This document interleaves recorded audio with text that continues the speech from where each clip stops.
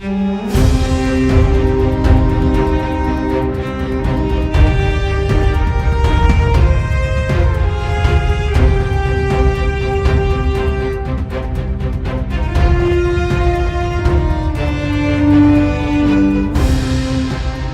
rộng cho tan trời trong nhà cho gì trong cứ cho tì trong câu cho mùa trong phong cho dự chúa lần chúa tù trong lòng mà thiết chúa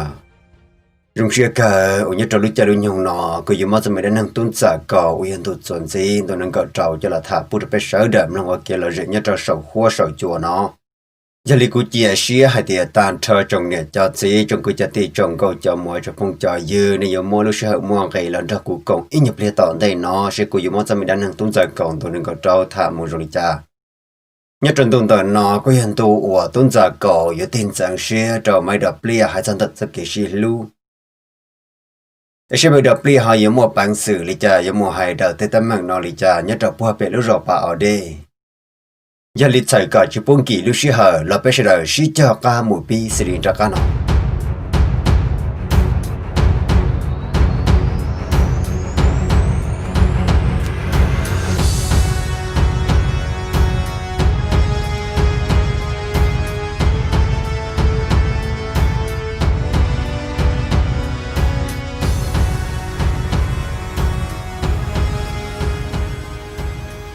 vì bên quan hàng nhau sẽ có yếu giờ chút giờ chỉ có yếu Charlie bỏ đi trả lọ yếu thầu có bông trong lô tệ lợ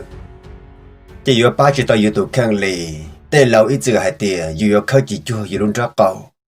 chỉ yếu hai tìa tới giờ phê tới giờ khởi công là một trò trò yếu lợ chỉ yếu kho chỉ cho tao yếu tụ khang bề trơn giờ liên tới tung giả cầu cũng ba lúc xưa hai tìa yếu mấy đọc lìa sư ta chỉ mà cũng mà tăng mạng lọ trâu tôn giả cầu của tôi một ba internet chính gỡ ở tôn trái ở tôi trâu đa ra nhớ cho bố bể lũ rồi bà ở đây nọ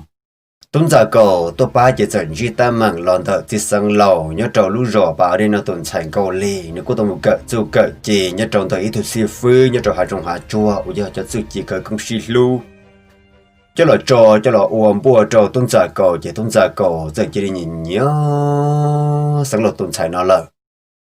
tôn giả cầu chỉ ra cả một trận trở chế tôn giả cầu chỉ muốn cho mấy đập lia lại tôn giả cầu tàu hải cho mấy đập lia hải tiề tôn giả cầu yêu một hải đã khó tan mạng nọ như trong bữa bể lúc rồi bà ở đây ta cho lên tàu ở bên nhiều nông tàu xứ kia tôn giả cầu yêu trộn lò ta chỉ tàu cá liệu ở bên nông trâu lời lâu chả chỉ bỏ tôn giả cầu trộn lò mấy đập lia chỉ giật bị chơi mấy đợt lấy ilang bao nhiêu sư chỉ bỏ cả chỉ bỏ hai tiền sao yêu một lì trà đợt bỏ bể lúc rồi bảo ở đây vì cho khoản chùa kể đây kể đà đây hàng linh ta chỉ mấy đợt lấy cho tao nhớ tỏ thiết tỏ nhớ chia sen chun trong hai tiền tôn giả cầu yêu cho lọ in nô sư lì nhớ một bao số tông hai tiền tôn giả cầu lọ nô một trâu mò một trâu lì chỉ tới là trâu ta trả lên tờ ô luôn lì tao can tao trả chỉ bỏ tôn giả cầu lọ lì chế ô nhớ cho thằng nào đâu mấy đợt lia chỉ hậu ca hậu kế từ ta dân chỗ tôn giả cầu chỉ bỏ hai tiền sẽ giờ tôn giả cầu một oli trả lì lợn chỉ cho mà tăng mạng đã chỉ cho tôn giả cầu lợn ta chỉ là cho thằng nào tôn giả cầu nhớ cho lúc rồi bảo đề sư tôn giả cầu chỉ cả tại một chỗ khó từ lì lợn tôn giả cầu chỉ là để rồi trâu sáng chun trồng sáng lẩu nhớ cho lúc rồi bảo đây nào tôn thành cầu lì ô tô một cái tự chỉ khởi công là một trò trò tôn giả cầu là ô tô tôn giả cầu nhìn nhớ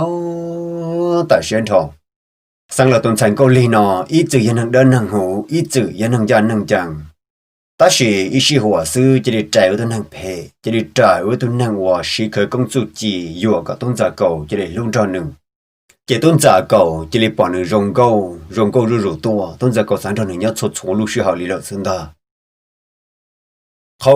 sang là tôn thành cầu lì nọ nó chơi chữ chỉ khởi công chơi tên mày khởi công sĩ lưu là sĩ gia tiền nên tao một thọ được từ sư phụ còn được từ sư phụ của đa ba thiên được hàm là trò tôn giả cầu thiên chịu giờ nhớ trò lúc sợ thọ ở tôn giả cầu thiên mấy đọc liền cờ nè quan chạy là một lợi chỉ sáng là tôn trái nào này thì chỉ sẽ tàn trò liền ta nếu mà sẽ tu sẽ khó ở tôn giả cầu thiên mấy đọc liền cờ on lăng tao nhẹ cái mù dạ chỉ bút trong nửa bao chỉ nửa bao tờ chỉ là đầu thắt trả lại on nút thầu ở tôn giả cầu thiên mấy đọc liền cờ tao chạy một ta lại nếu chỉ sẽ chỉ nên chọn cái thế này lùa một trong bao thì hai rong chỉ nên thì yêu một đầy tua ta sẽ mà yêu một đầy có để chop lờ nữa nè xong là tuần sáng cô li nó thì đang gặp cho luôn một chỗ bó sợ lưu nhọn cho trong như chỗ lưu cho trong nó mà mua bơi cả thân cơn gọi lên đó bỏ tới mình bơi cả thân mà những hạt tiền làm cho bể vợ chỗ trong nó li ta chỉ thầu sáng là tuần sáng cô li nó một trong tuổi trâu sống thật chỉ ô ô li cho bỏ tới mình bơi cả thân li tới mình chỉ cả thân mà đã vừa vợ họ bỗng đã vợ như chỗ họ à li bộ lý chọn buồn chùa lên đó ở giờ sự răng tụ đã chịu chỉ một bản sự ở lối ở chế cho số tên mình chỉ cả thằng này yếu chó lúc lỡ cho lần chùa bỏ chơi lên đó mà cho bỏ cả thằng nào mà mua bỏ nữa cho mà cả thằng nào mà bỏ tổ hàng lì giờ tụi chúng một số mọi chỉ yên cho bỏ cho chỉ yên có chỉ tàu cho cả thằng lên đó ta chỉ thầu tuần sai có lên là một bỏ kia lên nó lần đó chỉ tuần sai có lên nó yên bao tàu là hai tỷ ô rồi nó khi hai tiền mới nhận đã chỉ một số mua chỉ nhất đầu lúc hai trong hai chung nó lại lâu ta chỉ đi chợ là bỏ chơi chỉ xe tôi lại chỉ ở xe tôi nhất trong khó chơi được nó đó chỉ nhất trong đợt lúc rồi bà ở đây một trâu bè khó chơi à thông thường có lên nào giống một đại tua bé nào mà đây cân cầu đi lần đó chỉ là từ thà trả lên đợt bé là một trâu plus số mỏng lận nè mà nhất trâu luôn tôi cố cả bé plus số mỏng kế ở bé số mỏng kế lên tầm mà những đây cân cầu đi lợ hai trong hai chung nó lô cân cầu đi câu liên một bỏ lên tờ chuyện câu liên chỉ xưa hay tiểu xưa tôi nhớ trâu từ lúc hai rong tờ nó luôn chuyện câu liên怎么做路记着是都见动câu liên chừng to to sao hai tiểu mỗi đại trần câu liên lúc chả đa yêu vô việc ý xưa to vì đó khó hai tiểu nhẹ tôn giả cầu thầu hàng lợi chỉ thầu anh câu liên tôi mỗi做路lông kia chả đa câu liên tôi tiếp plus số tôi见动là ôn đại về việc kia lần đó thầu nó chả做路anh câu liên khi đó chỉ thầu lo chỉ để bả phùa chuyện câu li bông trâu à nó ô chuyện câu li mà li say rồi trong tờ y sa chỉ rồi trong số tụ tiền tổng hả ô我讲một tí tú giờ tụ nó mà đu tờ trời họ là một trâu lớn chơi mua nó mà我包可能呢我就包妹容易来的包干燥trời ta xí mà cho bao đầu chỉ từ giờ giờ cho số họ thâu lấy tuần ta luôn chỉ tụ nó chỉ giờ giờ tông cú phỉ như vậy tụ tu của thầu mua tu sa lia hầu là tụ mua tu kia cho họ dùng hạt chua lợn câu lên chuyện rồi giờ chả giờ tí tụ chỉ nâng giờ mà từ lẩu tàu lợn nữa tụ plong nhẹ ta chuyện câu li giờ hai đầu tụ chỉ nâng giờ của tụ plong nhẹ hồ tí tu ở bao khởi nổi nó hạt thì ô giờ chả có là chẳng cố ra cái to bây giờ tỷ lệ chả có chỉ bao của to cái giờ tụ tỷ chữ như rồi thay chờ nó lo chỉ tổng cú tụ tu giờ tây trong cô li hai tỷ cú giờ tụ tỷ chữ nhất rồi thay chờ được nó đó ấy giờ chả có gì tốt to rồi cú thay chờ được nó cú chụp bút cái to trong đó nó cú nhau cả nhau hù cú nhau đây nhau rồng cú chụp bút cái này tôi chụp chua rồi cú thay chờ được nó ấy chụp bút cái to được nó nè cái giờ to này chỉ một thôi là khó chính câu li giờ hai trâu giờ tổng cú tụ tu nó hai tỷ li chả lọt tới rồng chơi cú nhau cái to xứ ấy cái chỉ cả cú thôi rồi thay chờ được nó là chua chả cú mà lại một thôi rồi là khó chính có lẽ chẳng cả lọt ra lùa phía sưu sĩ thầu nói chỉ tông cua tổ tu mà lịch tràn cho nửa tiền men trái dẫu ở trái có hơi sát tua cái giới tu rồng nàng rồng chơi rồng mua chỉ lúc rồng câu tam bỏ lý co ở trái có hơi sát cho có cho xia chính có lẽ mà khẽ trâu tông cua tổ tu hai tiền tuy nhiên vì giờ của tôi nhẹ chơi tôi luôn trâu hàng liền đó ta chỉ nếu họ chỉ nhẹ cú lì nếu tôi nhẹ cái kia đời cú mua lại cú nhẹ cú chỉ là hai tiền cá liệt bỏ chơi cú chỉ xia trâu hàng lợi cú chỉ sao ôn hàng nho lì cú ta tỏ yêu một chia này hoa tại ra bao chia xong ta xin được tôi ba tàu cú trọ các là trọ cú này theo cú gì anh nếu họ chỉ cả yêu cú nếu họ chỉ cả nhẹ cú này chỉ đi kia này chỉ đi nhẹ kế nhẹ cá mù lợ em bao cú tại chỉ cú xếp thông lợi chỉ cú chịu năng nho lì cú sụt to thầu nọ chỉ hệ tổng cú tụ tu lô cho hai trồng cú lì hai theo ô men xài ôi giờ hai theo cái yêu cõi tôi luôn cho nhẹ có xe cái yêu chơi qua tụ đá chỉ cái yêu cõi tôi luôn cho nên cho có sư của ba tàu có em tôi luôn trong đó giờ lần thứ một bằng sự lo bồi trả ba tàu co bùa hậu hóa tại ra bao xe sống lúc tới lúc chờ trọ các là trò sổ dài chăng nọ em nếu luôn bề hồ lý trả ở trên này rồng trâu thêm một bằng sự ở trọ con nhẹ ta có sẽ còn trừ có tôi dừng tua tàu câu lì cho khi rồi tông cú pin như vậy tụ tu nó hai tia tôi luôn trong đó nếu luôn bề hồ tuôn giả cầu mà để rồng trâu hàng lì mó thu còn giả ra hậu tua ở trọ cú nhẹ nửa hàng ta sẽ mà này chỉ cả nhẹ cú gì cú chết sai hai tia cú ý xia tua chỉ tông cú tụ tu nó mà để yên chừng cho tàu tuân giả cổ chân măng hàng liền ta số cho họ các họ kia nó phải chỉ tuân giả cổ tu một trang tu một gì ta liền tôi cũng tụ tu giờ hai tròn câu lì hạt ô men xài giờ hạt tiệt bây giờ tôi giờ cậu nào mà cũng bao rộng này mà cũng muốn về lại tôi cũng luôn về nhưng chả tôi sẽ bây giờ để nhưng bao ta lì ta chỉ cho cái yếu cần nên nhẹ có sức sát tôi men xài của bắt đầu có của mà lại khi cho sự chỉ khởi công xí lúc rồi có cho một qua trâu nữa khi chỉ ta lên tờ là của mà lấy ba cọ thì ta sẽ mà có yếu chủ động một ca cọ tàu nữa ít khó xử lý giờ tê nắng tê là một nắng tờ tê cá tê là một cá tờ em mới chỉ lo ngã tôi trâu cũ chứ cũng mà lấy ba cọ thì còn nếu mà truôn trăng bộ rê không bộ chùa còn nếu mà tôi chỉ muốn cái một lâu cũ lâu thằng nó chỉ có lấy giờ tì lò xây rồi tông cũ tụ tu có lấy giờ hai tiền em bây giờ mua tiền lý có hại là chỉ thằng có ba chính có lý giờ chỉ lấy sợ cho thọ hở giờ tông cũ tụ tu đầu có lấy tụ xí phư chỉ tông cũ phải như vậy tụ tu nó giờ kia tết chú chỉ xí lu là một trâu tết chú chỉ đa mỏ răng là một trong có lấy tàn trò rồi luôn có lấy giờ cỡ thôi à thôi trả cỡ công xí lu cỡ công xí nè tại giờ phải như vậy tông cũ nó tụ tu lần ta chính có lý thì để giờ chú chỉ khởi công cho các là trâu buôn trả văn trả chế nó câu lì thì liền ba lúc xuyên thường trừ ban trung trong hai tiệt cỡ tàu chú chỉ khởi công thiên ba tàu lúc xuyên hai tiệt yếu cả tôn gia cầu nhà lợi gì thì ta tỏ ra thì yếu chỉ khó tăng mạnh cọ của tôn gia cầu theo mấy đợt lên gỡ cho các tôi cho bên lúc ra bảo ở đây nó ta chỉ mà dùng cơn cầu liều ở nhiệt chính đó họ một chỉ khó tăng mạnh rồi cho đa ra vấn đề lợi để tôn gia cầu họ chỉ lấy tua thế chỉ họ dùng suy hở luôn câu lì thì tàu sĩ dạ khởi công đỡ trầu tôn gia cầu chỉ thầu tôn gia cầu bị nhận câu lì lợi chỉ tôn giả cổ chỉ để dùng lý tôn năng chỉ mang chỉ bể chờ bể tàu chỗ nó là xứng ta trong kho hải tiề giờ phỉ như vậy tông cú tổ tu nó nếu mà chỉ khởi công trồng có lý cho lọ ua chỉ cú chiêu khởi công xí luôn còn gạo sư nếu cú yếu ua cho khởi công lọ trâu cả tôn giả cổ chỉ mang chỉ bể chờ cả tôn giả cổ sau một chuỗi chùa nếu cho cái ua nó ua hậu chỉ nên chia hậu chỗ nó là chính có lý ua ha rồi tôn giả cổ chỉ để vự rủ lại là cho thầu nói chỉ tôn giả cổ trên cầu liền cái cô nhau ở kia nhất trên tàu lúc ra bảo ở đây sáng lò nó sẽ được là cô trình cho trả xa tiền nhớ trả tôn giả cổ nữa cô họ trồng cầu liền cho đa số chỉ khởi công đó lợi chỉ là cho thầu nói luôn cầu liền cho xa thì yến trả tôn giả cổ ở chịu uống cờ sẽ có tôn giả cổ chuyển dần từng cầu liền một ít chỉ đi nào nữa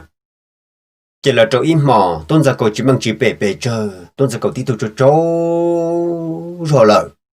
cô lấy chồng mới khỏi mình nhỏ co plan trôi đèn blong chỉ cho lò cho tuấn giả cầu lúc tấu tờ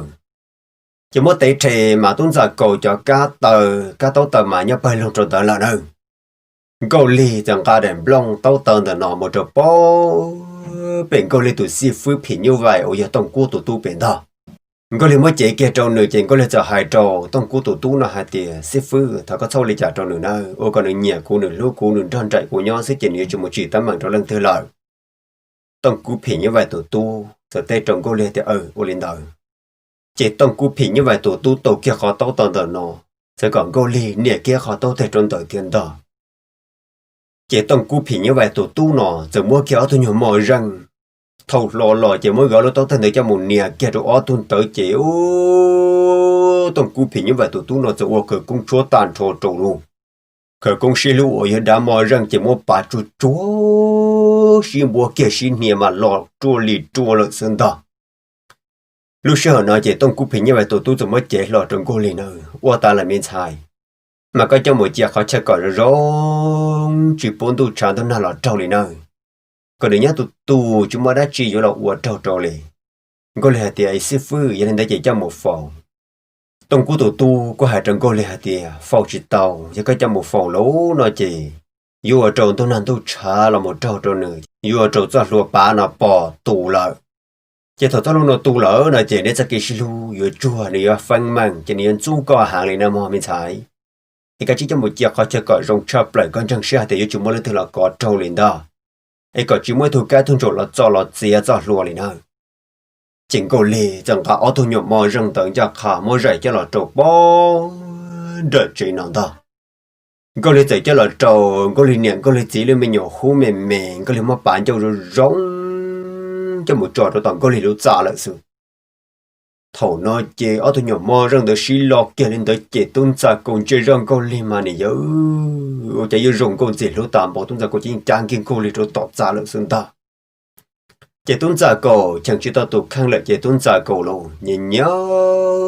cổ li cơ lu xe luôn chửi lì lợ chỉ lì phăng nhau tao là một on lì bê lì nhớ cho bùa bể lu rõ bà ở đây bể lợ đâu linh từ mấy đợt lia chỉ tao tố là tao chỉ tao lợ mấy đợt lia còn mấy đợt lia chỉ xả xó một đợt bùa bể sau gì cho cổ trăng tao là trả lợn chia tao luôn tụi chỉ sao là bé chạy tao là tuân giả cổ chỉ là hai tiền cái liệt sót tê lợ ấy chỉ cú nhớ trong đời nọ thì lì ba tàu này chỉ tụi chỉ sáng lầu nó chỉ là chỉ té để theo chỉ người bỏ tàu hai tiền tuân giả cổ nhẹ nhàng cái tuân giả chỉ người chỉ là rong xia lợ người chỉ là xả cỏ tuân giả cổ cho là nhân đầu tí thấy là lúc rong thằng con cổ đi lợ xin ta mấy đợt lia nhân tròn trò tụ xuyên trò được bọn trời lúc rồi trong nông trồng có tại xuyên trò tỏ tuân giả cổ nó một trò mò li một trò xong chỉ tức là tao cho là một trò cổ li lợi thì mấy đợt lia tỏ giờ nó tự trò y xong với chả tuân giả cổ chỉ trò lò nó sau hai tiền tuân giả cổ mà yên chừng một giờ xuyên nhau ta chỉ mà nhau trò bỏ bể lúc rồi bảo ở đây bể lợ tuân giả cổ chỉ để chỉ xa trò lò trong trò lúc rồi trong nông trồng chỉ là trâu lúc sẽ hợp thầu nọ thì nhà trâu đấy lúc rộm bờ giờ trừ sĩ mới khó tăng mạng trâu là tụt thơ chữ ròผู้ใหญ่ cổng cải nơi mỗi cho nhà la mà ra chụp chơi chỉ hàng liền ta giờ lên từ mua số đỏ mỏng lên từ mua số mòn bể chỉ cho nhà la nó yếu cho một hoặc thế yếu cho một chỉ một giọt yếu cho một dùa cỏ và cho nên ra chụp chơi chỉ nó kia chụp hay chỉ gì đồ cho nhà la mà thà trả lên đợi chỉ là một trâu lăng nọ chỉ ba nhà la nọ là tôn tệ tàu tụt thời chữ rộm blo luôn bị họ còn quậy nó mù lợi chị cho nên cho tìm blo là cú tợ tên trò tôi cho phù bể lúc rồi trong hàng trống là tôi thọ kế ba là tôn giả cổ còn một ba hay đợi tết tam mừng còn một ba tuổi ba nhà la xếp hẹn đời lê cho cứ tin nhà la của lúc xưa đủ cần cầu lê là chỉ để tôn tệ tôi nâng chơi chi tôi nâng ủa nọ ủa chữ thua cho để tôi món tệ cho một tuổi bỏ chê ấy cả tôn giả cổ theo mình đập lên cả một ba nọ ta chỉ nhớ cho thọ nói về tôn giả cổ chỉ là một vụ trong câu lên nhớ cho bùa bể là cho sự chỉ cởi công chế chỉ bằng chỉ bể lúc kia cho các cố cảnh chỉ sang lò tuổi chưa ca sau gì cho cổ trang đời mùa lọ trà tôn giả cổ chỉ là chỉ xả lọ ba nâng lợi tôn giả cổ xả rót trở tôn giả cổ tụng câu lì lợi sự lô sự chỉ khởi công là chỉ do hai tiền đam mò răng tuổi chua để chua khó lợi chế tôn giả cổ chỉ là chỉ sản chủ lì lợn ta sản bùa thì tiền câu lì ta xuyên trò lì lợi sư thầu nó sang lò tuổi chưa ca xài gì cho cổ trang đâu gì cho cổ trang ta lò chả chỉ bỏ lò chỉ cú chừng nó so hai thì nhất trâu bùa bể lúc rõ bể thì chỉ sang lò quân trai hai thì nhất trái anh chỉ chẳng đâu chẳng thời một chỉ chờ bo sang lò giờ chỉ tông thiết lầu hai trâu tông thiết lầu hai thì tông thiết lầu ta chỉ nó cho nên cho chim lon chỉ được cho cái giỏi nhẹ thao chữ rồi còn quậy tông chỉ ta mang lợn hình nên là cá một trâu bùa bể lúc rõ bà ở đây nữa nếu một trâu bùa bể lỗ để chỉ nếu mà hai trâu tôn giả cổ thì còn là ba bể rồi chả mà ta mà nó chỉ trâu bể là tôn giả cổ dùng một nhau dùng một ý sống trâu bể thì tông thiết lòng gồm ba khổng rõ răng nhau mù mấy đợt lia dần trong cơ mù thì dùng một tí thay gỡ thiệt chỉ thầu nó mấy đợt lia tông thiết lòng là chở một trâu bó bể lú rõ bể lú một trâu bể lú rõ bà ở đây nhớ trận dù lúc sẽ hợp thầu nọ chỉ là lúc chạy lùi nhong của tôn giả cổ ta tóm bà xe thì dù sang lầu nhớ trận lúc rõ bà ở đây là tôn sản cầu lì ta tỏ nhớ cho số lúc trồng pli ba lúc xe thì dù mà tôn giả cầu gì cho tụi mình sản cầu lì ở dưới giờ chỉ sang lầu nhớ cho lúc rõ bà ở đây là tụi vâu nó ta thầu nói chế nè cô chừng kia tôi muốn chú ăn từ cho chỉ sang lầu lúc chế tôi bà uống bò lu tôi mua cái rồng xe cho tôn giả cầu thì cầu lên cờ hay tiền cái gì sầu ấy chú ý gì lấy rồng xe hay tiền dùng mấy tôi nâng mua bằng sự tự chọn cho đan cho nâng là tàu ôi giờ tôn giả cầu tôi là tụ vô nhớ cho lú rõ nó lại chỉ có ba là lú rõ nó nhớ tiền nhớ tụ nó ta nhớ cho thầu nó chỉ mấy đợt lia là một trò tông chia lâu lỡ giờ một cọp là chọn tôi cho lú rõ bà ở đây hậu lần ta lấy một chọn tôi cho họ chẳng năng nhớ khía chỉ trừ tôi một tròn trả chỉ sang lò lú chế đùa mấy đợt lia có xa thì ai nhớ trả trong này giá tàn loại năng chưa tăng mạng bó mấy đợt lia tông chia lâu lỡ giờ cho để cho chỉ một tròn trả sang lò lú chế lú sĩ từ một tròn trả ta là cho thầu nó chỉ mấy đợt lia giờ nuôi ý cho nấy cho gì lo hai thì nhưng mà ta mới đã chiều trả nên giờ muốn chuan từ liền trong trại chỉ sang lò lú chế chỉ sang lò tuần sai ra cả một món đồ lại lo là hai thì chỉ do nó bé mua cái rồng xía rồi sang lò giờ tới thu vậuเลยbé rồng xía hàng lề chỉ mấy đợt lia giờ nó thì lên tận ta chỉ rồng xía hàng liò chỉ cũng thành nên một thiên mua cái rồng xía rồi sang lò chỉ là sẽ đợi sẽ một trò bón trả sang lầu lũ chế lu lên cho khăm một trò tròn trả sang lầu lũ trên ta mấy đợt liền chia ra cho bé tụng cầu nhan cho vô nè hả ô lì cha tụng cầu nha chỉ là cầu lên ta họ tụng cho vô chỉ là tụng giả cầu luôn giờ tụi nó ít chữ nhẹ nhẹ lúc lúc mấy đợt liền khi cho khi chỉ cho mấy đợt liền ít chữ cho mấy đợt liền một chỗ trâu nọ ít chữ hừ mấy đợt liền ít chữ mấy đợt liền hay lì cha là tụng giả cầu yên vô lên đời ôi chả ý sĩ hùa sư tôn giả cầu chỉ là yếu tôi yếu sáng lòng như trong lũ rò nọ tôi mình xài câu lì lợ lâu chỉ mấy đợt liền mà sẽ chết tại xuyên thầm mấy đợt liền giờ trả lọ xua khu ý nhờ xua tôn giả cầu thằng nào mấy đợt liền xua trọ chán từ chiếu ôi trời tôn giả cầu chẳng ít phật mấy đợt liền đã khao hù kia xuân gì tôn giả cầu chỉ để chẳng kia ít phật thiệt rong cổ lề cho đa thị rù lợn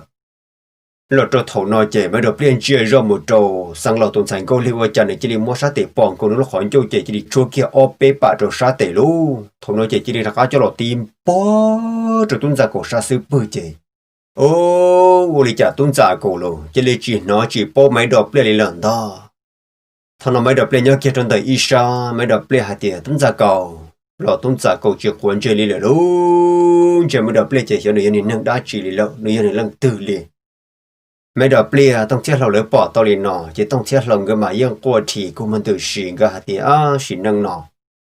ที่จะเชื่อที่อยู่ตัวต้นจากกูจะยี่จะต้นจากกูจะเลยตัวอยู่ป้อนเนี่ยจะรู้รอนอละตัวเชื่อเท่าไหร่ลูกnhớ trong lúc sau thầu nọ chỉ mấy đợt liềnกูป้อตัวเจอละหาที่แต่รอนเชกูตัวต้นจากกูเนี่ยchỉ một lúcเชื่อว่าตอลีนอจะกูเกี่ยลินท่าtừ bao lúc xưaอยู่กูมอเนี่ยไปรอแต่ชีวิตยังมาตั้งมั่งตัวจุดชัวซื้อไอ้เขาเลยจ่าเนี่ยจะเลยตัวจะเป็นไหนตัวยังตัวมั่วอีเนี่ยอีส่งนอเนี่ยจะเลยอยู่ว่าสังเราตุนชายนะมาแต่เราอยู่จุยังมาตั้งมั่งได้จีเลยซื้อจะไม่ดอกเปลี่ยจะสายอยู่เชื่อขอจังจะสายยืนเชื่อขอจู่หาแต่เชื่อวิเลยจ่าติ่งราเตอรอจะทนนอเจโอ้ไม่ดอกเปลี่ยจะจ่ารอชัวหายเกียรตุนจากกูลุ่มเป็นนอนจอนท่าตุนจากกูta chỉ nó có chỗ ở trong chỉ tàu nữa mỗi ý cho nhẹ thì bé sẵn bao lần chỉ kế cho nhẹ lời là tụi thầy chữ rõ con quầy tao trôi cho nhân la muốn tề mù lời ta chỉ nó là sao tao cho cái ba lần đời có hàng lì gia lên tao cho trở mà vừa bao nhẹ ấy cái chung ba lời cho lần chỉ kế nhau xuyên dọc lời là tao cá tới kế nhau xuyên dọc lời cái mà là uốn năng mà là vừa bao nhẹ lên chỉ lệ thầu nó chỉ sang lâu tuần sáng cô liền chia kia lúc họ mà trun rồi mới đọc liền tao sang lò tôn sản có lý giải hai trong mấy đợt liền hai tiền tên nó chỉ là có tam mạng tên nó chỉ là tôn giả cầu ư tên tam mạng lợ ư tên tam mạng chỉ là ư là sĩ sầu quan niệm chỉ ư sĩ lúa chỉ quảng cáo sư cho nên cái sinh đầu sĩ tua cho nên cái ba lần tin hàng tây cỏ tôn giả cầu ư trò chơi là lần đây hay nó trong mấy đợt liền chỉ mấy đợt liền ô bỏ tàu hai tiền tôn giả cầu luôn rồi nó yêu chủ yếu thì được trâu ý đã chỉ giáo là sơn ta trâu khó lúc nâng ít sự tôn giả cầu nó chỉ tàu hai tiền mà tam mạng trâu khó nó là một trâu khó to tôn giả cầu tứ man trồng như một ba chỉ mấy đợt lia chạy chẳng kia tụi chỉ sang lầu hạt tiệt sang lầu na cứ giờ tụi sang lầu giờ hạt tiệt tụi sang lầu lia tụi thay chỉ ròm lo nhớ được bơn trả lú ròn ra là tụi chỉ sang lầu tụi thay cho lên bề hùa giờ cũng cái nào tàu trâu chủ nhớ là nó muốn để mùi trâu chỉ là để tuấn giả cầu bé chủ một ba lỗ nói chỉ là bao thì tuấn giả cầu nhớ được lú ròn nọ giờ sâu ta cho nè cho chỉ năng chân năng chơi năng chu năng chỉ giờ tôi tự trả nên sợ đời mà nếu lú ròn nó ua cỏ đến từ quan trà năng tôi chơi lươn gì si chú si nè bên này bên lì chỉ đùa bà đâu mà lấy tôn giả cầu nó yêu lọ chạy yêu lọ ba lần tin năng ở chợ ta chỉ nó mà tam mạng nên chỉ để họ yêu uổng lên nó mình đập lên là hải sư lúc cùng họ những tận dần tu mình đập lên Lucia những vị cho hải tiệt tụi nó mình đập lên lúc chập là ở chợ lì một nhớ trong đời luật xuân tia chợ lì một chợ luật tù vô lợi tiêu liền thôi anh nhớ trong lúc trồng ple giờ mua hồ tàn cho lợi chè chỉ mấy đợt ple tụt gì tụt cỡ mấy đợt ple tụt lu mấy đợt ple ít sự lu chua chua giờ mua giờ lo tăng lo tu la chỉ mấy đợt pleยังchụp bọc cả hai tia vô hai lít cha chụp bọc cả vô ra tư thì liền chết chúa cho hồ cá cho hồ kê rồi chẳng có tàu chụp bù lời hồ ple chụp bù lời mua shit gì ôn nhẹ gìยังvì giờ tuấn giả cổ tôi chỉ giờ tia giàu sẽ vô tia lu tuấn giả cổ trục đá lại sự thầu nó mấy đợt liền đâu dẫu kia thật sự kỳ khởi công thì mót thì ra chua kia cho mấy đợt liền sát tệ chỉ mấy đợt liền giờ tuấn cầu tuấn giả cầu sát tệ hay là tuấn giả cầu chắc chỉ ra nhau lại bây giờ chủ tàu trọ ca một ban nâng trọ chiếu mà được biết cho chú chỉ khởi công nó là mà giờ cho chú chỉ thì tao cho wow tụ cho tông sáng nó tao là chua được cho nên vừa ý là tuân giả còn tại thiên thần đâu chỉ mấy đợt biết tuân cầu tuân giả cầu sát tệ chỉ vào tuân giả cầu chắc ít phở ô tao nói chỉ tuân giả cầu mà xả rồi tao ít xa ôi mấy đợt biết giờ tụi nó tuân giả cầu lúc chập là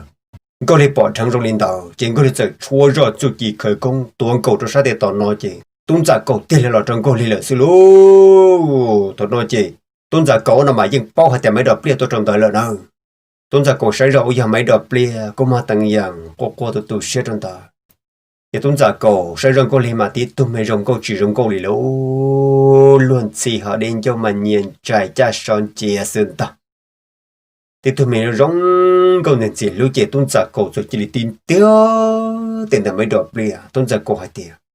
mấy đợt biết có tôi ở đây chuyện đó nó tên là chỉ có tăng mạnh cái chuyện đó có một trong trời chế đã có một ba con này có chuyện đó đâu mấy đợt biết giờ hai đứa tuân giả cầu hay tiền cũng một sự li là mà xong tiêu ta chỉ nó tụ thời chữ rồi tụ lo tụ cho nhớ được phần trả lúc rộn lo bây giờ thời chữ rồi còn quậy tao cho là món tệ mù rồi nhớ làm mất sọ mù lợi em sao tao cái bán được con nó có thể tôi hay là có một ba tuân giả cầu chỉ quản chơi liền đó tuân giả cầu hay tiền tây co chỉ học của ta mang lại cũng chơi ta cái ba lần tin năng lợi em cũng chỉ quản chơi lần thứ là chiếu nhớ tròn chùa lúc sẽ thầu nó luôn mấy đợt biết chơi qua cũng mang được gì tuân giả cầu chơi liền tiếc hay thì cọ chơi cho cá một chế nhìn nhớ nhẹ ra té nhẹ mà nhẹ luôn tu là tôn giả cầu yêu chỉ nhớ cho luôn tu xin tàu xí tua niên nu bỏ ngay tôn chán cho bỏ cùng một yêu cùng một đời tôn giả cầu yêu rồi nhớ cho luôn nâng chán tu luôn nâng ủa xí lu xí chùa mua sáng lẩu nhớ cho luôn rồi bà ở đây nào tôn sản có lên nhớ trở trong tờ isha nương nia thường chỉ số nút số mò chỉ tôn giả cầu yêu nhớ cho luôn nâng chia lên nó luôn mấy đợt bia chỉ tu xuyên cho cùng một từ xí là cho thầu nó tổng thiên long gờ chơi rồi chả tôn giả có thật cháu gờ mình được biết qua phần lo là sát tọn nó chứ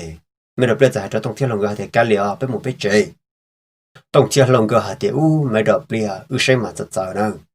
cho lý ứng chuyện mà bắt đầu có một tuần cầu tiền rồi ở trong tôn giả của những ít plờ nếu tư tôi bỏ co tôi sai co rừng của linh nhân dấu co cờ linh ta rừng của linh ta tỏ yếu tôi cờ lìa bỏ co ta chỉ mà ôi chà tụng cùng nhau đời chỉ để tụng cùng sát để chỉ để cho các chứng in hợp lờ để chỉ để tiền là cho tụng cùng nhau lờ mà ta chỉ nói riêng cho hạt tuấn giả cầu nó được trâu đã chỉ là bó ôi chả tuấn giả cầu chỉ để rộng ý là để chọn năng po thầu u ya tông sang là số chúa khởi công tuổi chỉ bằng chỉ bền đó là nó đây rộng chê ya tuấn giả cầu trở chú chỉ khởi công xí lú là đâu lý cha lo có sẽ trở mau xia cu sẽ trở mau xuyên tại anh chia lúc xưa hơn chia xuân chia chỉ bị ba cả tao tuấn giả cầu trò giờ tôn giả cổ lúc thế tiền mà tôn giả cổ yêu chỉ dùng điện thờ yêu chủ yếu thì trâu chú chỉ khởi công là dân ta chỉ thầu nó tông chia lòng cái cụ chẳng cái mấy đợt lên nó tông chia lầu cho mấy đợt lên là lu giờ tự chỉ diễn ta hạt tiền giờ lên tàu nó chỉ mấy đợt lên mà giờ tua gà một trong tôn giả cổ mua chú chỉ khởi công chúa thịt tao mò chúa thịt tao xí lu muốn bua rồi tôn giả cổ trò ấy cả tông chia lòng cái chỉ tăng mạnh còn các tôi nên cho nên riêng nên rằng mà chẳng ta khi ông bọn từ trâu tí nào nữa lọ trâu thầu nó kiên ta mấy đợt bia là một trâu tông chia lòng là giờ trơn chia được bó trả cái rồi là thầu nó chê mấy đợt bia giờ trơn chia trả cái là trâu bó bể sang là lúc chê bể nó lỗ ta chỉ mà nhà lọ sư chú bố lên từ bỏ lên tông chia lòng cái chê chỉ đi khó non trả luôn khó chọn tông cũng chỉ tông tin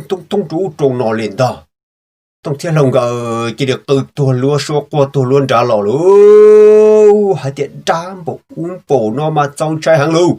ra sợ lò lử lúa ta trung hộp bị bao lò lử lúa tự qua số tua lúa chế tệ ông mà yên tội ý châu trong tràng gỡ liền ta cho nên ông là cái chân so thì gọt tôi liền tới chế cho nên ông chỉ để tội châu trong trả chế cứ hắn trả liền ta luôn thằng nó chỉ cho nên chỉ bé sừng hoa hử như trong lúc rồi bảo ở đây nó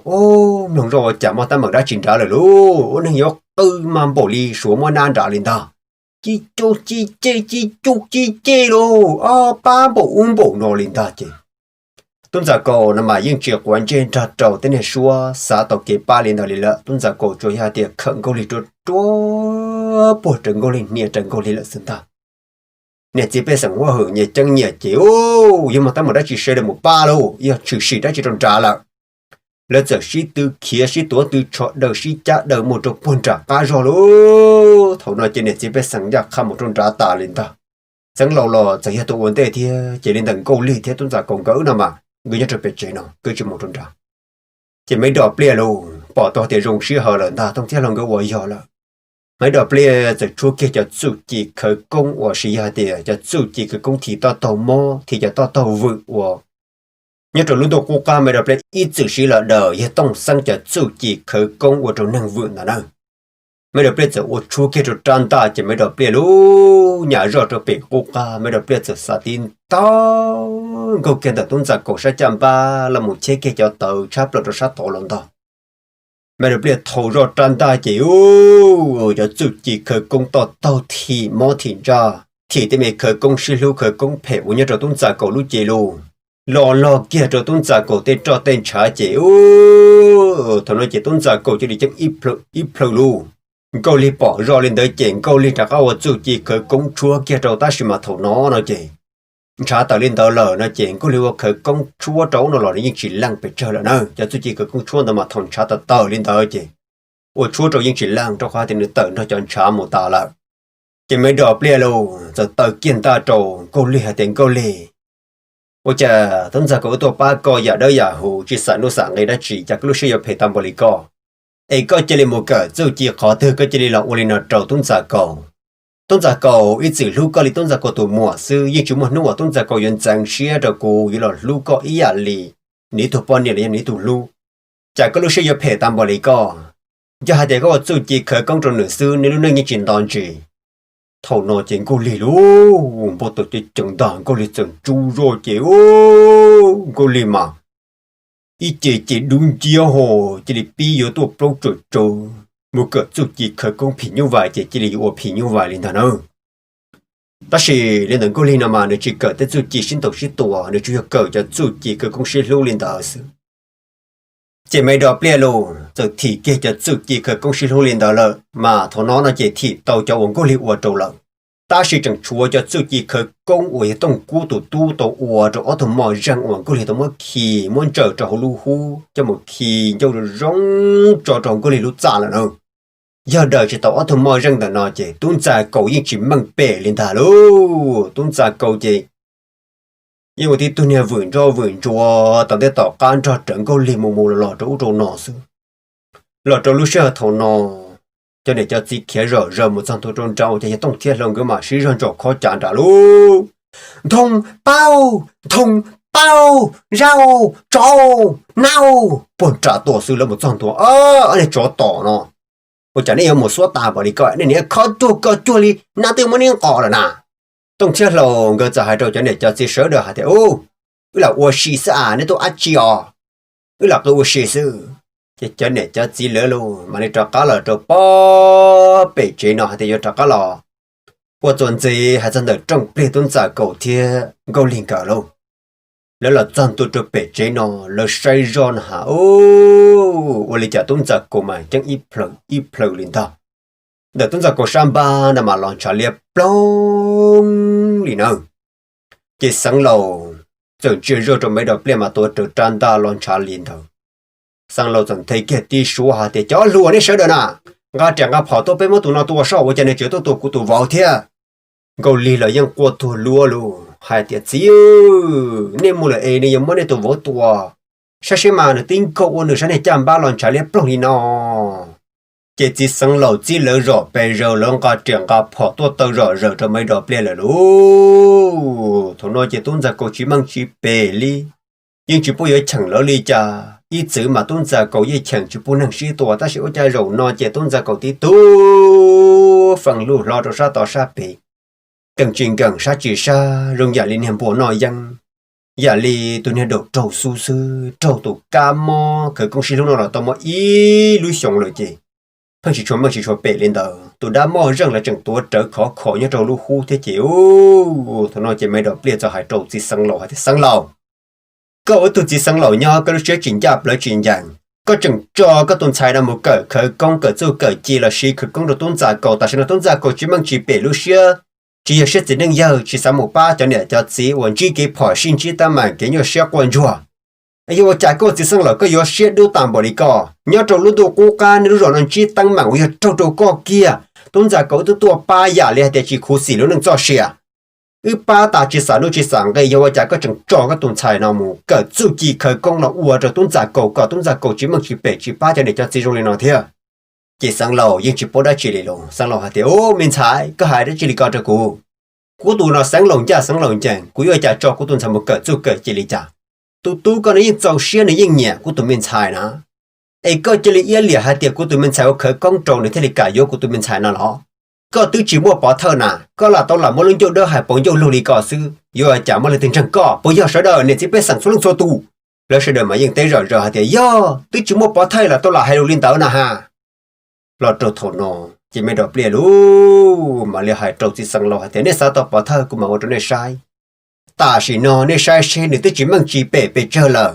nên tuần sáng câu lên mà là khởi trụ trở ta chỉ mang tôi chỉ quan chơi là khởi công ty pi thị là ấy giờ hai tên nên sao tao bỏ thơ nó nên mua lúc sợ trâu cũ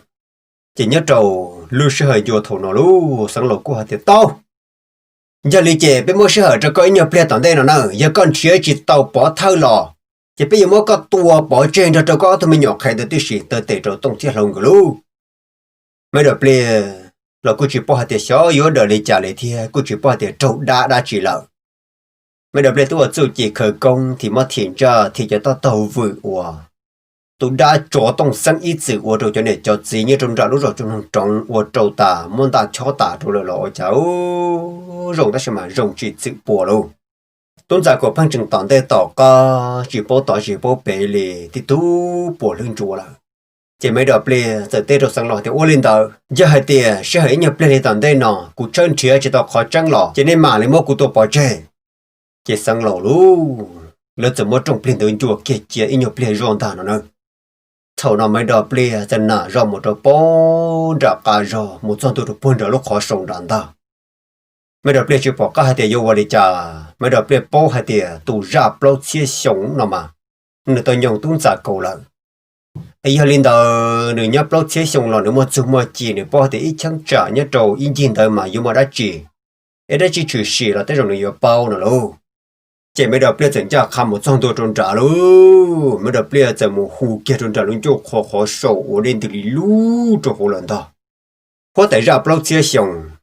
nhớ trâu giá ta lò tôn giả cầu trò co bùi cho xìa trâu co giờ linh đầu nhớ trâu nó nọ tôn giả cầu tôn chi tăng màng tôn chi cái cuốn chó cô ấy tụi ra blog chế sống nhau đã chỉ trừ xỉ là có yên bao thó có tóc khe cho cụ xe giờ tuân ra cầu đi trả lại thổ nó chỉ mà được bia hai tàn thua lên nó xuống trả lúc khó đung lúc khó sầu khổ ta nữa đúng đi hồ toàn lợn ta lúc sau nó mà được bia những trẻ mò xuống trả bỏ kia tư tụt xí nâng giờ mà phụ sự được bao nhiêu trò tỷ lúc niệm bồng khoản tu lúc niệm bồng khó sầu tiền ta bây giờ họ chỉ họ tại ra blog chế xong tụi nó mà giờ họ tại ra blog chế xong ít tu gì là giờ để tụi nó sai sửa họ tại ra xứ họ tại ra blog chế xong tụi mình toàn gì cho tê rõ một khóc khi này chỉ biết sang hai tiền có sao mỗi đâu đi tụi nó dài chân lợn chỉ chùa tụi giờ lâu hết từ đó bao nhiêu nhau xương thì để tập lợn tôi trâu sa sổ dài chân nọ giờ tụi nó mới đọc bìa thì bên trái bây giờ trả trâu coi có yêu hủ bếp chân uốn lúa lì nhưng mà ta mặc đã chỉ cho mấy tuấn giả cầu mấy đợt bia giờ hạt tiêu sẽ vô đi chả tôn giả cầu được trong mắt trong trà đã chỉ bao đi nữa ấy giờ liên đời nên sợ đời nhất rồi ít chẳng trả nhất rồi ít gì riêng đời nó nên bao hạt đã chỉ trừ xì cho tôn giả cầu ấy giờ li giống một giờ cái ba đi chả thọ nên bác kia chỉ tôi giờ ra lâu hết sự đời bao tờ nên cho kia trò mấy đợt bia hạt tiêu thọ tôn giả cầu nên tôi cho bùa bể lu rồi cú mà giờ tôi ra lâu nhất cho bùa bể nè nè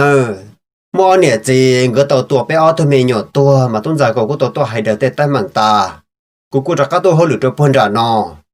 ấy giờ lên tàu tôn giả cầu tôi hay đợi tết tay mảng nọ ta tôn giả cầu trọ lò chéo bây giờ sao các tàu lựa tiền là mà tôn giả cầu chè cho sáng lầu nhớ trong lúc rồi bảo ở đây là tuần sản cầu li tây chủ chỉ khởi công xí luôn nè thế bây giờ bao hạt tiền nhớ rồi chẳng trả riêng đợi bé nọ bao bé lúc rồi tiền cả thằng bé mà mỗi tuần năng chơi chỉ nhớ trong bao bé lộ sáng lò tuần sản có liên tục một cỡ cho chú chi bê là chỉ giờ hạt thì có xã đời cả tàu tết chú chi khởi công đời thí là một trâu ở cả tôn giả cầu cho các phăng mang đùa chỉ nhỏ lâu tụ xia phứ bể tụ cho chút gì khởi công đam mò răng của trâu tung ra cầu thia tụi mình sẽ có linh cầu xí nhẹ mong cầu xí lò xí chỉ quân nhẹ chỉ là có mùi giờ cỏ tàu ở tụ đam mò răng từ nó tàu lò có mất cho lúa chia mất đời mất phải nhiều một trâu nhẹ xí chỉ tung ra cầu cho phân mang lời tụi nó chịu mẹ đập liệt giờ tiểu giờ lên đời chịu một trâu nó mò giờ ra lâu một trận thôn đầu cho cùng mà đi muốn chia xe dùng chia tàu đi trả lâu mấy đợt bia dần cho khá là trâu bó bể chế nó lần đó chỉ sang lâu đó mà dân chỉ cả mấy đợt bia cả cho hỗ trợ liền đâu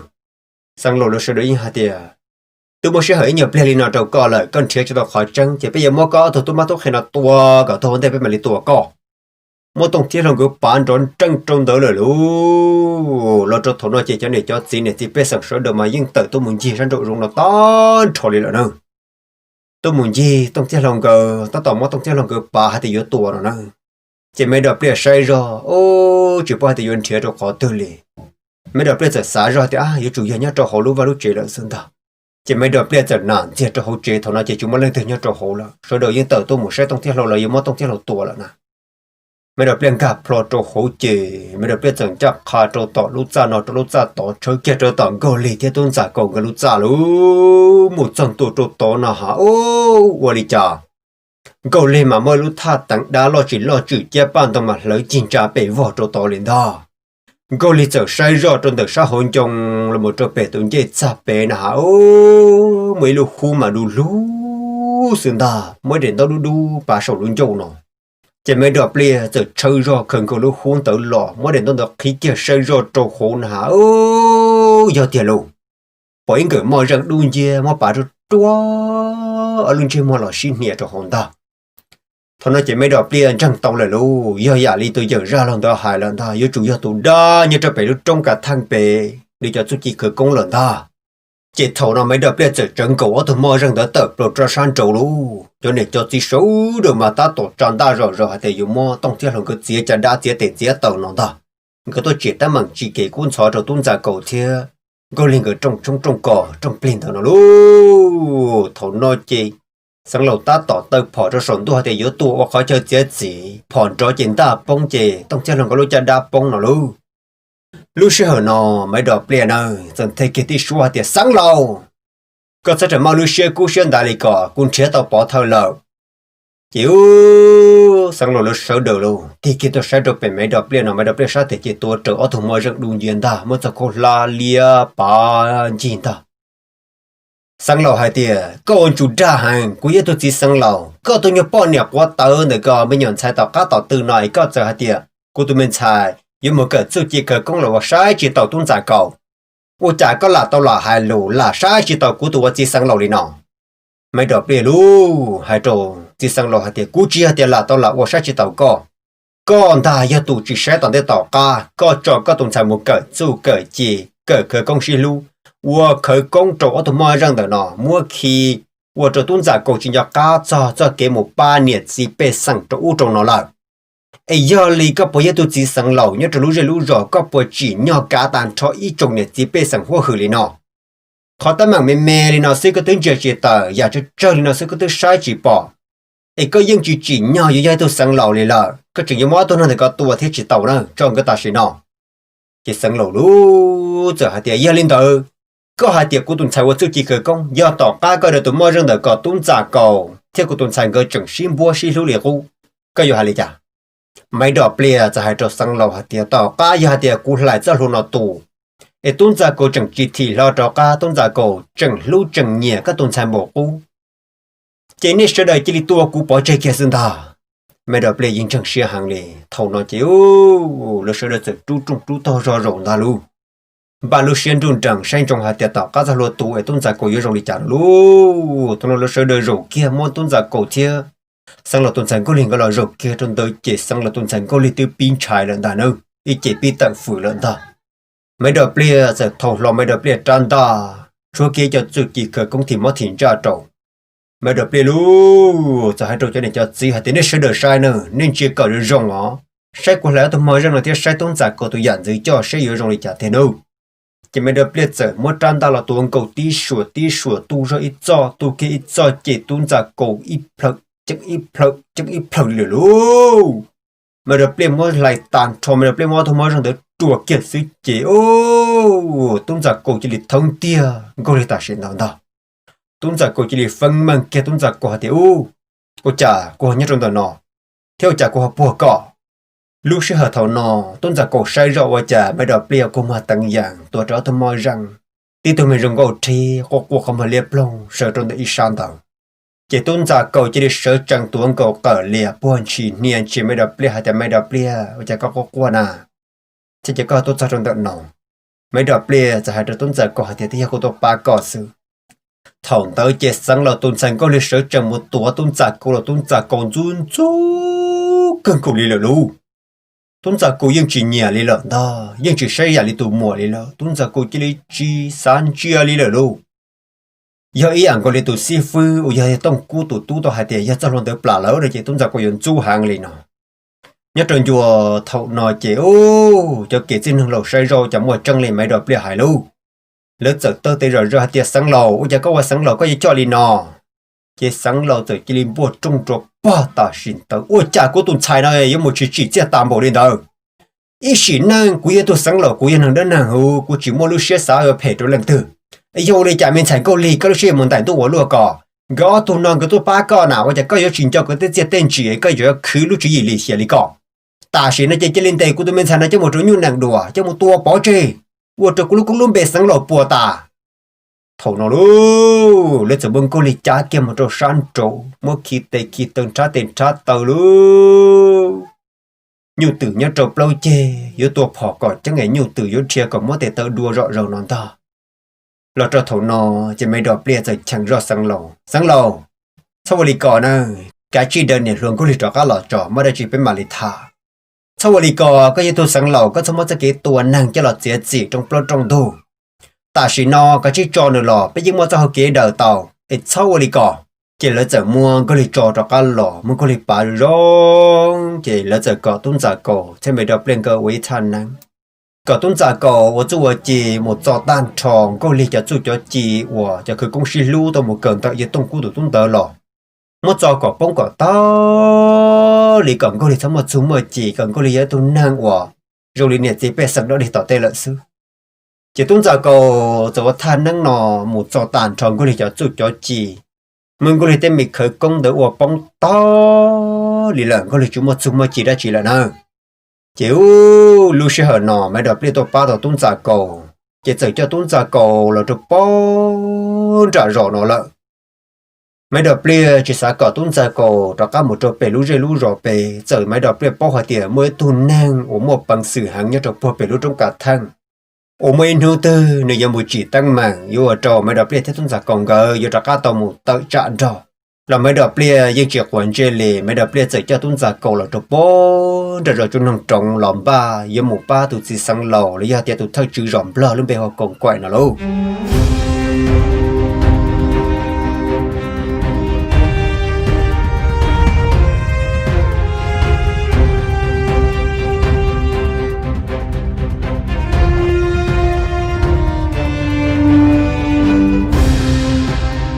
giờ lý trồng này cho chị trồng cái cho ti trồng câu cho mùa cho phong cho như chúa lần chúa tủ tôn giả cầu tôi能够trồng cô chúng mất thả là cho chê là cho chia đi nào trò ấy nhất trồng lì lúc xí hở bên mà nó thả nhất trồng đồ chuẩn gì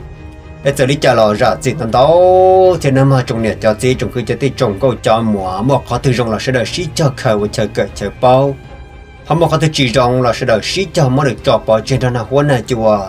mỗi trò trong đây trong một trò lần tôn rằng buôn trầu u xong mới khởi trong đua xía chỉ trong đua bờ với con này chơi tổng kỳ với con này chơi xa nữa mà eo trong tàu tàu sau đó xí chặt sáng cả xí chặt nông tôn giả cầu là dòng tôi trong tôn tặng nọ chỉ xí sau đó chừng yếu xí toàn trong nông một trong tôn chuẩn gì bên mặt sinh trí đùa một trong tàu